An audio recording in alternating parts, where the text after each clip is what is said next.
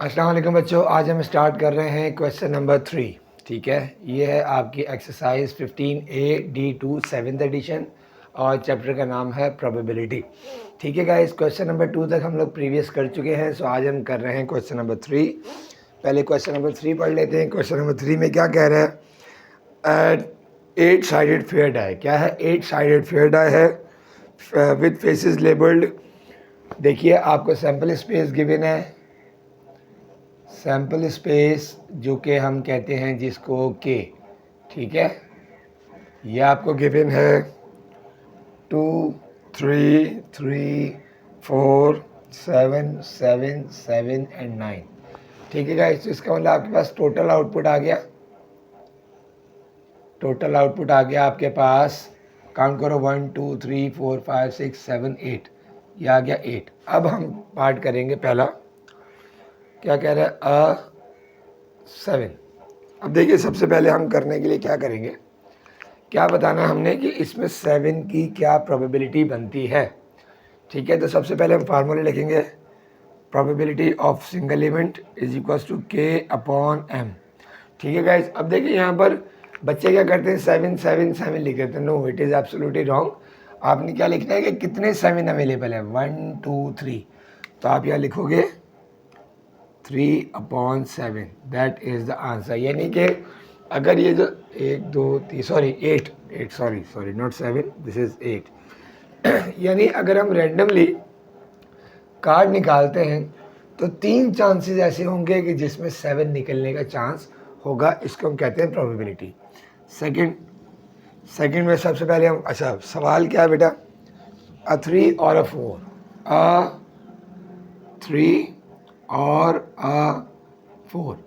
ठीक है भाई, सबसे पहले हम अगेन प्रोबेबिलिटी का फार्मूला लिखेंगे। Probability of single event is equals to K upon M. तो देखिए एम की जगह तो 8 आ जाएगा, कॉमन सेंस की बात है। अब देखो क्या कह रहा है, अ 3 और अ 4, यानी कि कितने 3 और कितने 2, तो 1 2 और 3, यानी इसकी भी प्रोबेबिलिटी आ जाएगी 3/8। यानी अगर हम रैंडमली निकालते हैं कार्ड्स तो हमारे पास 3 चांस ऐसे होंगे कि उसमें 3 या 4 हो सकता है। ठीक है,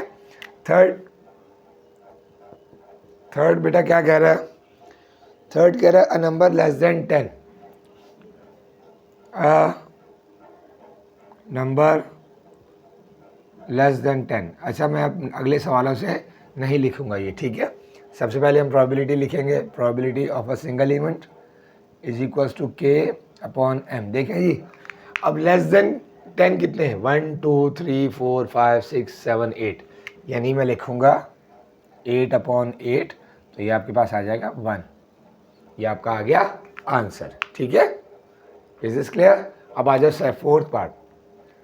फोर्थ पार्ट में क्या कहता है भाई? A number which is not 2, a number which is not 2। अब देखिए कौन सा ना, पहले फार्मूला लिख लो। सॉरी, जितनी दफ़ा फार्मूला लिखेंगे आपको उतना ही अच्छा समझ में आएगा। के अपॉन एम, तो एम तो है हमारे पास 8। अब देखिए कितने नंबर हैं जो 2 नहीं है, 1 2 3 4 5 6 7, तो यहाँ आ जाएगा 7। तो ये आपका आ गया आंसर। ठीक है गाइस, बहुत इजी है लेकिन लॉजिकल है, तो आप थोड़ा सा ध्यान से कीजिएगा। अब हम करते हैं नेक्स्ट क्वेश्चन। अच्छा बच्चों, अब है क्वेश्चन नंबर आपका 4। ठीक है, क्वेश्चन नंबर क्या है? 4। अब देखिए 4 क्वेश्चन में क्या कह रहा है, पहले तो क्वेश्चन पढ़ लें। क्या कह रहा है भाई? A card is drawn at random from a box containing some cards numbered 10 11 12। अब देखें आपके पास सैम्पल स्पेस क्या आ गया? सैम्पल स्पेस आ गया आपके पास, जिसे हम कहते हैं के। वो है आपके पास 10 11 12 13 14 15 टिल 22। ये आपके पास सैम्पल स्पेस है। टोटल आउटपुट देखें, ये ट्रिक समझ लीजिएगा। टोटल आउटपुट के लिए क्या करेंगे, आपका कहाँ से शुरू हो रहा है भाई? 10 से स्टार्ट हो रहा है और जहाँ कहाँ तक है 22 2 तक। यानी मैं लिखूंगा 22 माइनस 9 इज इक्वल्स टू 13। ये आपके पास आ गया टोटल आउटपुट। अब आ जाए पहला पार्ट। सबसे पहले हम प्रोबेबिलिटी ऑफ सिंगल इवेंट लिखेंगे, के अपॉन एम। अब देखें पूछ क्या रहा है पहले में, पहले में कह रहा है भाई एन इवन नंबर।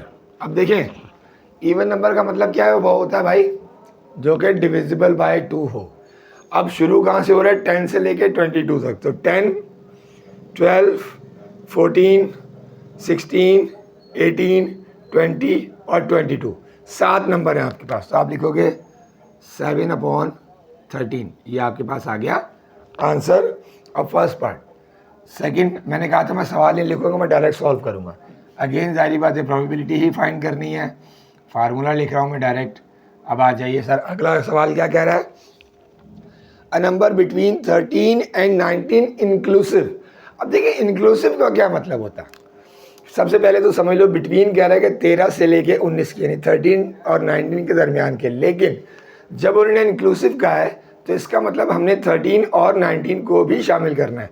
अब देखिए 13, 14, 15, 16, 17, 18, 19, अगेन ये बन गया 7, तो यह हो गया 7/13, ये आपका हो गया आंसर।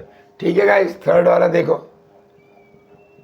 थर्ड वाला again probability of a single event is equals to K/M। तो ये आ गया भाई। अब देखो थर्ड पार्ट में क्या कहता है, थर्ड पार्ट में कह रहा है a prime number that is less than 18।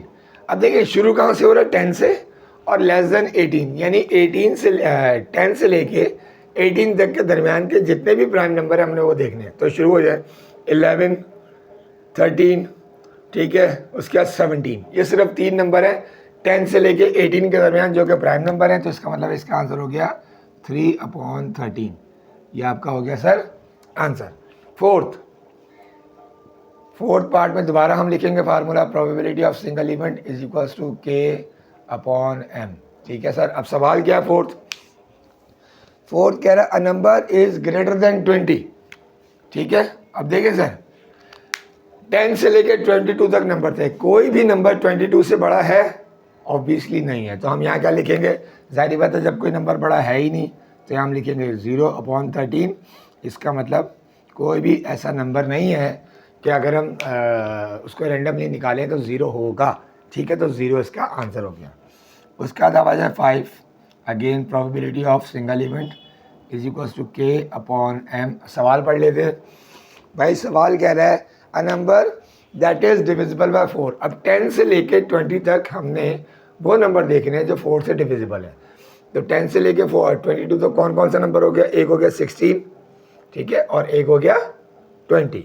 16 नहीं सॉरी 12 भी आएगा, 12, 16 एंड 20। इसका मतलब ये आपके पास आ गया 3/13। यानी अगर 13 कार्ड से हम रैंडमली निकालते हैं तो 3 चांसेस ऐसे होंगे कि जिसमें कार्ड वो होगा जो कि डिविजिबल बाय 4 होगा। ठीक है गाइस, होपफुली आपको क्लियर होगा। अगर कोई प्रॉब्लम हो तो आप क्वेरी कर सकते हैं। और क्या नाम है, चैनल को काइंडली सब्सक्राइब करें, शेयर करें, लाइक करें। और प्लीज़ आपसे एक बहुत ज़रूरी बात ये करनी बेटा कि वीडियो को पूरा देखा करो। ठीक है, बहुत बहुत शुक्रिया। फिर आपसे मुलाकात होती है नेक्स्ट वीडियो में। Thank you.